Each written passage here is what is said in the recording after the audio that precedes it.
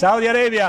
2034 বিশ্বকাপ অনুষ্ঠিত হবে সৌদি আরবে। সেটা একরকম নিশ্চিতই ছিল, বাকি ছিল আনুষ্ঠানিকতা। ফিফার কংগ্রেস থেকে এসেছে ঘোষণা, এক যুগের ব্যবধানে দ্বিতীয়বারের মতো কোনো আরব দেশে অনুষ্ঠিত হবে ফিফা বিশ্বকাপ।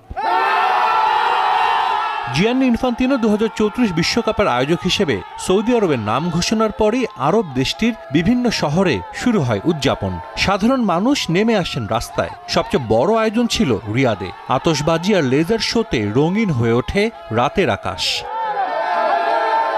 বিশ্বকাপ আয়োজনে বরাবরই আত্মবিশ্বাসী ছিল সৌদি আরব, নিয়েছে মেগা পরিকল্পনা। এখন সেগুলো বাস্তবায়নের অপেক্ষা। সাধারণ দর্শকদের প্রত্যাশা, ইতিহাসের সেরা বিশ্বকাপ আয়োজন করবে সৌদি আরব।